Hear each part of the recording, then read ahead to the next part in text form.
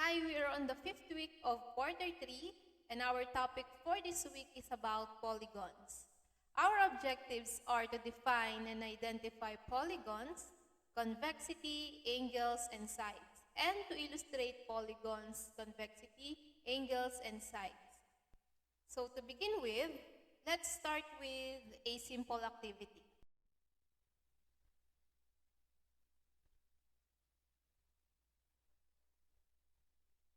Our first activity is to complete the table by naming the polygon. Some of you are familiar with this since this topic was discussed during your grade school years.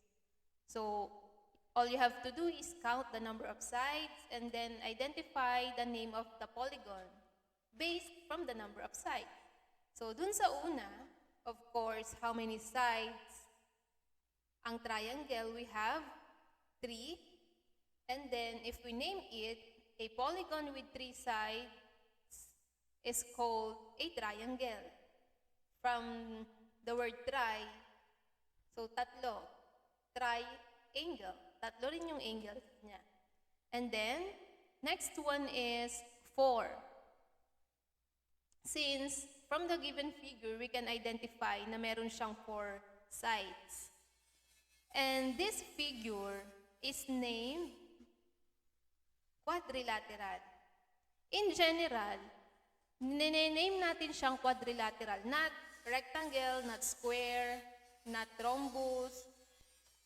Sa general, tinatawag natin siyang quadrilateral kasi ang pinag-uusapan natin dito is the number of sides. Hindi kung magka-measure ba yung bawat sides niya or meron bang sides na walang, or may sides ba sila na dalawa lang yung parehas or totally walang side na magkasukat. Since sides lang ang pinag-uusapan natin at 4 yung sides niya, pwede natin siyang tawaging quadrilateral. Dun sa word na quad, meaning 4. Next, we have 5. And this is called pentagon. Again, penta. Next is 6. We have hexagon. For 7, we have heptagon. Usually, sa hexagon at saka heptagon, nako-confuse yung mga students. Alin ba yung hexagon, alin ba yung heptagon? Para hindi kayo malito, since ang 6 ay may letter X sa pangalan niya, so yung kanyang pangalan din ng polygon with 6 sides ay yung may X, so hexagon. And therefore, si 7, si heptagon. Next is a figure with 8 sides is called an octagon. 9 sides is called a nonagon. 10-sided figure is called decagon. 11 sides or figure with 11 sides is called hendecagon. Hendecagon is also usually called undecagon. Mas familiar sa mga books natin, modules, nakikita natin ang decagon. But hendecagon and undecagon are similar. Parehas lang silang figure with 11 sides. And then, next is 12, which is dodecagon. So, dito sa makikita nyo, nagtapos siya sa 12, but doesn't mean na hanggang 12 lang talaga siya. Meron pa talaga yung continuation, yung mga 13, 14, may sarili pang tawag sa kanila. But, sa math, kapag madaming sides na kasi, since mahirap nang i-drawing it at i-identify, katulad nitong nasa figure, kung ilan pa ba yung sides niya, dahil medyo maliit na, tinatawag na lang natin minsan na n-gon. Ano yung n? So, n yung tumutukoy sa number of sides. Paano natin malalaman yung n? Yung n, ma-identify na lang natin siya, depende kung ano yung sinabi dun sa problem. So, yun yung magiging basehan natin kung ilan yung sides nung polygon na binabanggit dun sa word problem. So, yan. Since alam na natin or alam natin meron na tayong konting background knowledge about polygon, let's discuss polygon. Or mas elaborate pa natin yung polygons and mga terms associated with polygon.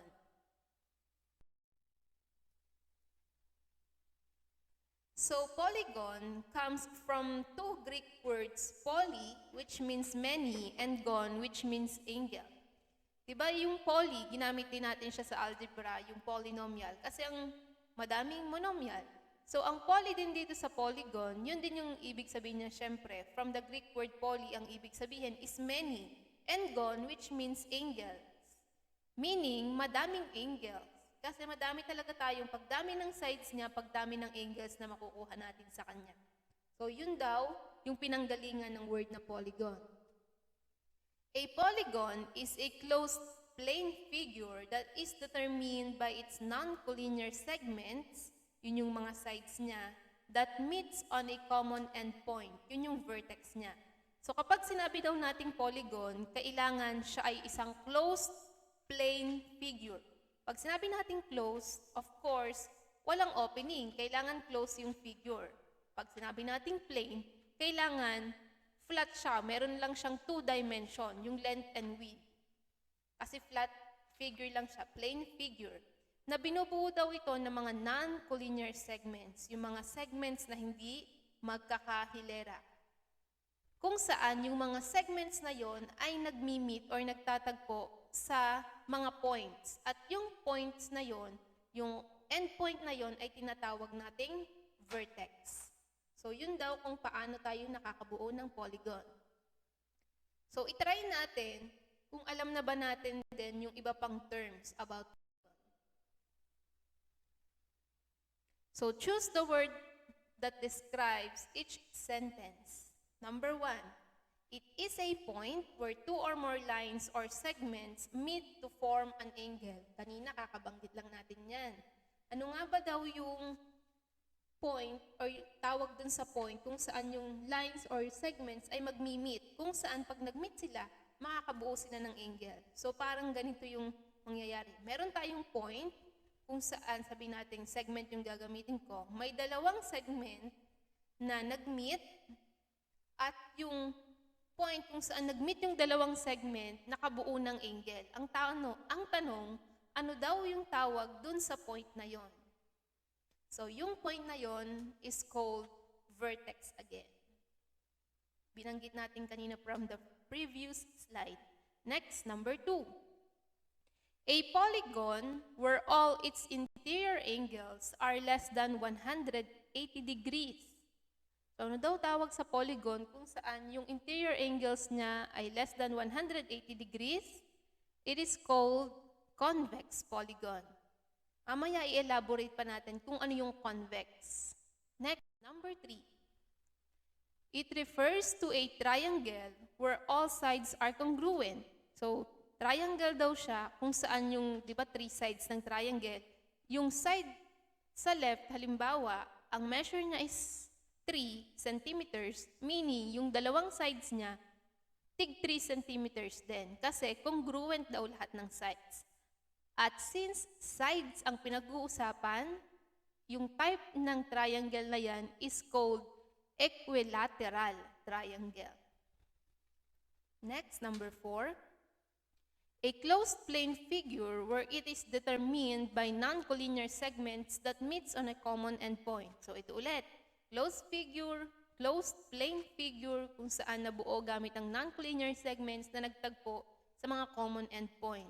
Again, it is called polygon. Next, number 5. It is a type of triangle wherein all angles are congruent. So, triangle pa rin siya, pero ang pinag-uusapan na natin dito ay yung angles niya. Congruent or same measure daw yung angles niya. So, kung kanina sa sides we have equilateral, kung ang pinag-uusapan na natin ay angles, we have equiangular. So, equal yung mga angles niya. So, yun yung additional terms pa ng polygon. So, let's proceed with naming a polygon. So, halimbawa, meron ako ditong polygon na given. So, we can name this polygon according to the order of consecutive vertices. So, vertices that are on the same side of the polygon. So, pag sinabi natin consecutive, magkakasunod na vertices. So meaning, kailangan kung babanggitin mo siya, sunod-sunod. Either pa-clockwise yung basa mo or pa-counterclockwise. Ang mahalaga, sunod-sunod yung vertex, yung pagkakabasa mo. So itong given figure ko, pwede ko siyang pangalan ng RTEA. Kung magsimula ako sa R, then pa-clockwise, T, E, and A. Also, pwede ko rin siyang pangalanan na TEAR. Pwede ko rin siyang pangalan ng EART, and then ARTE. So those are examples of name na pwede nating ipangalan dun sa figure ko. Next ay sides. Ano-ano ba yung sides na meron tayo dyan? Of course, we have segment RT, segment TE, segment EA, and segment AR. Kung nilista nyo na halimbawa si RT, similar lang siya kay TR. Since nabaliktad lang naman yung pagkakabasa mo, pero yun pa rin yung segment na tinuturo mo. At kung hihingi tayo halimbawa ng consecutive sides, we can say, di ba, sabi natin consecutive, magkasunod. We can say that segment RT is consecutive with segment TE since magkasunod sila. And they are connected by point T or yung vertex T natin. Next, we have also the angles. So yung angles natin, we have angles R, we have angle R, angle T, angle E, and angle A. At kung sabihin halimbawa na kung nanonotice nyo, same measure yung figure natin, yung bawat segment, we can conclude na yung quadrilateral na yan is an example of square. Since parehas yung measure ng length ng mga sides niya, meaning congruent, tapos yung mga sides niya ay perpendicular, meaning nakabuo sila ng 90, at kung equilateral nga sila, pare-parehas sila ng measure, therefore, we can say na square yung given quadrilateral natin.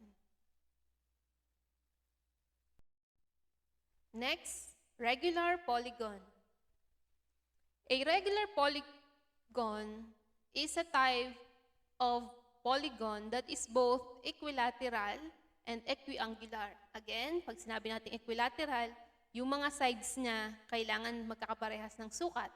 And equiangular, yung mga angles niya of course, pare-parehas din ng sukat. Again, regular polygon, tatawagin natin siyang regular polygon kung parehas na ang sides niya ay magkakasukat, ang angles niya ay magkakasukat din.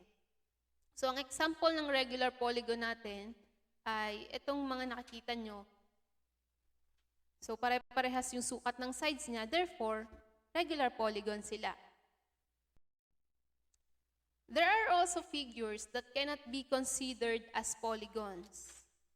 Meron din daw tayong mga figures na hindi pwedeng tawaging polygons. At ang tawag natin doon ay non-polygons. Why? Because they do not have the properties or do not satisfy the criteria of polygons. Ang examples natin dyan na ito.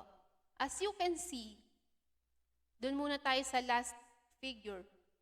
Open siya. Diba ang isa sa mga definition ng polygon ay closed plane figure. Meaning, kung open siya, hindi siya pasok dun sa criteria na closed plane figure. Therefore, hindi siya polygon. So, we can call it non-polygon. Similarly, yung tatlong examples, kung nakikita nyo, pa-curve yung mga sides niya. At kailangan, kung polygon siya, meron tayong mga straight lines or segment na pinag-connect again through vertices para makabuo ng mga sides and angles. So ito dahil pa-curve yung mga sides niya, we cannot form angles. So yun pa rin yun yung isa sa magiging reason kung bakit hindi natin siya pwedeng tawaging polygon. Or sila ay examples ng non-polygons. So let's try answering. The first figure is a polygon. The second figure is not a polygon. The reason why it is not a polygon is that it is not a plane figure. Hindi siya plane. Kung di ba sabi natin pag sinabing plane figure, two-dimensional figure lang siya. May length and width. Kung titingnan mo yung figure natin, box siya. So meron siyang length, width, and height. Therefore, hindi siya nag-satisfy sa polygon. It is not a polygon or non-polygon. Next. Again, kung meron tayong open space, not a polygon. Next, we have the fourth figure, polygon. The next figure, polygon. The next figure is not a polygon dahil meron siyang curved na side. Next is not a polygon for the same reason. Next, not polygon. Yun pa rin yung reason niya. Not a polygon, may curved side siya, and then hindi siya plain figure. And last one, we have the star, is an example of a polygon. So yun lang yung paraan kung paano tayo nakakapag-identify ng polygon. You have to analyze yung meaning ng polygon. Magsasatisfy ba dun sa requirements para matawag na polygon? If not, then it is not a polygon. So let us proceed with convex and non-convex polygon. With this topic, nagre-refer lang tayo sa mga polygon. So lahat ng makikita nyo, polygons. Kaya lang ang tanong, is it convex or non-convex? A polygon is convex if and only if a line containing its side or its extended side does not cross the interior of the polygon. So, matatawag daw nating convex ang polygon kung kapag yung mga sides niya, di ba segment sila, ay in-extend mo, ginawa mong line, at hindi sila nag-cross doon sa interior ng polygon. Di ba? Yung interior, yung loob ng polygon. So, kapag hindi sila tumama sa loob ng polygon, then it is a convex polygon. Kung tumama sila sa loob, then it is a non-convex polygon. So, ang example natin dyan is yung pentagon na figure, i-extend natin isa-isa yung bawat side niya. So, yan. Kung napansin nyo, wala sa kahit isa dun sa mga arrows na pumasok dun sa loob ng figure natin, ng pentagon. Therefore, yung given figure ko is a convex polygon. Let's try more examples. So, yung given ko ay ito. Kung i-extend natin, so, ganun pa din, walang nag-cross sa interior ng given figure ko. Therefore, it is a convex polygon. Next. So, convex pa din siya. If you imagine drawing or extending the sides of the given figure. Next. So, kung in-extend ko yung isa pa lang dun sa mga side, kung dun ako unang nag-extend, kita ko na agad na pumasok sa loob ng figure ko yung extended side. Therefore, alam ko na kung anong type siya ng polygon. Pero, to continue, na bawat side ay extend, as you can see, hindi lang isang beses nag-cross sa interior ng figure natin. Therefore, it is a non-convex polygon. Next, is it a convex or non-convex?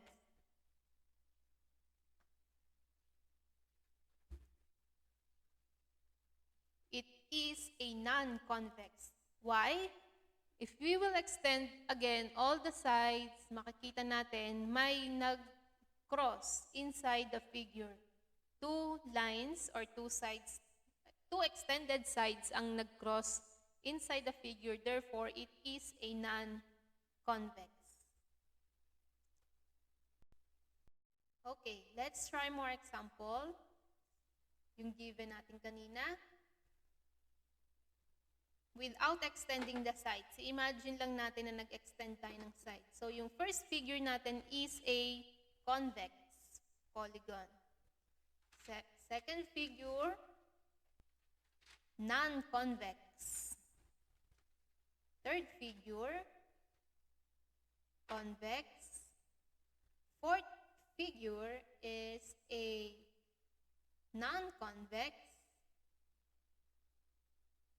Fifth figure is non-convex. Sixth figure is a non-convex also. Seventh figure is a convex polygon. Eighth figure is a convex polygon. And the last figure is a convex polygon. So, since you know already how to identify convex and non-convex polygon, let's focus on the interior of the polygon. Let's proceed with diagonals. So, a diagonal of a polygon is a line segment that is obtained by connecting any two non-adjacent or non-adjacent vertices. When we say non-adjacent or non-adjacent, these are, or meaning ng non-adjacent, sila yung apart, detached, or disconnected, meaning hindi sila magkadikit, magkalayo sila, at sila yung mga hindi connected. So, paano ba yung pag sinabing magkadikit, magkalayo, or hindi connected? Na vertices ang kailangang gawin para makagawa tayo ng diagonal. So, halimbawa, yung given figure ko dito is a pentagon. Ang hinihingi is to form diagonal from one vertex. Meaning, sa isang vertex ka lang manggagaling. At mula sa figure ko, ang pipiliin ko halimbawa ay si point D or yung vertex D. Isa-isahin natin yung mga other points. Si point B or si vertex B is adjacent, katabi. Meaning, hindi ko siya pwedeng i-connect kay D dahil sila ay magkatabi. Ang hinihingi kasi to form a diagonal, kailangan non-adjacent. Kung i-connect ko sila, similar lang siya dun sa segment or side BD. So, tingin tayo ng iba. Si vertex D ay pwede kong i-connect kay point F or vertex F. Yan. Next, si point D pa din, again, ang hinihingi sa atin ay from one vertex only. So, pumili lang ako ng isang vertex na siya yung panggagalingan nung line na i-connect ko kung kanino mang point. Kung walang binanggit na one vertex, then pwede kayong makabuo pa ng mas madaming diagonal. As long as ang pinag-connect nyo ay non-adjacent vertices. Next, si D at saka si E ay non-adjacent, so pwede ko silang i-connect. Next, si D at saka si C ay adjacent, magkatabi na sila, meaning magkadikit na yung line nila, therefore, hindi ko rin sila pwedeng i-connect. At I can conclude na sa pentagon ay pwede tayong makabuo ng two diagonals from one vertex. So, yun yung tinatawag nating diagonal. So, let's have an activity. Ang given ko is a regular hexagon. So, meron akong six-sided figure with points S, U, M, E, R, A. For question number 1, what is the relationship of lines SU and lines ME? Si SU daw at saka si ME. So, si lines SU and ME, kung titingnan nyo, hindi sila magkadikit. So, therefore, hindi sila magkasunod. We can say that they are non-consecutive sides or non-adjacent sides. Next, relationship of lines ME and RE. Yan. Kung titingnan nyo yung figure, sila ay magkadikit at point E. Therefore, sila ay consecutive sides or adjacent sides. Next, number 3, relationship of angles S and R. So, S and R, sila ay non-consecutive angles. Number 4, what is the relationship of angles A and U? So, ganun pa din, hindi sila magkasunod, therefore, magkatabi, therefore, they are non-consecutive angles. Number 5, how many diagonals can be drawn from one vertex? So, nandun ulit yung word na one vertex. So, again, pili ka ng isa sa mga vertex dyan. Kahit alin ang piliin mo, parehas lang naman yung mabubuong bilang ng diagonals. So, halimbawa, ang pinili ko ay si U. Kanino ko siya pwedeng i-connect? Hindi siya pwede kay S dahil adjacent, katabi. So, pwede kay A, pwede rin siya kay R, pwede rin siya kay E. Therefore, meron tayong tatlong diagonals na pwedeng i-connect or mabuo sa isang hexagon if galing lang sa iisang vertex. And number 6, if segment SU measures 3 centimeters, what is the measure of segment ER? Kung si SU daw ay 3 centimeters, ano daw measure ni segment ER? At ano yung magiging reason natin, yung basis natin kung bakit natin nasabi na yun yung measure niya? The answer is 3 centimeters also. Why? Given dyan na yung figure natin is a regular hexagon. Again, pag sinabi nating regular, polygon, equilateral siya, equiangular siya. Parehas yung sukat ng mga sides niya, parehas yung sukat ng mga angles niya. Kung si SU ay 3 centimeters, si ER ay also 3 centimeters. Similarly, si AR ganun din, si UM ganun din, si ME ganun din. Lahat ng sides niya ay 3 centimeters dahil siya ay isang regular hexagon. So, let's try more examples. Ang given ko naman is regular octagon. If we are asking for an example of consecutive sides, halimbawa si CD, ano daw yung consecutive sides ni CD? Meaning, ano yung immediate niya katabi? Kung si CD ay titingnan mo sa figure, pwede nating masabi na si DE ay ka-consecutive niya, ka-adjacent niya, katabi niya, dun sa right side. And si BC, yung ka-consecutive niya or katabi niya, ka-adjacent niya, dun sa left side. Therefore, si segment CD ay ka-consecutive ni segment DE, ka-consecutive din siya ni segment BC.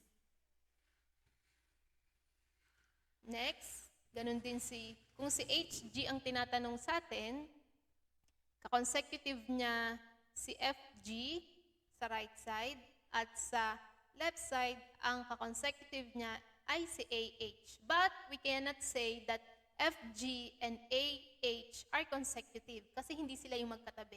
Given kasi na sino daw yung ka-consecutive ni HG. So, kung titingnan mo muna kung sino yung given, sino yung hinahanap na hahanapin mo yung katabi. Next, consecutive angles.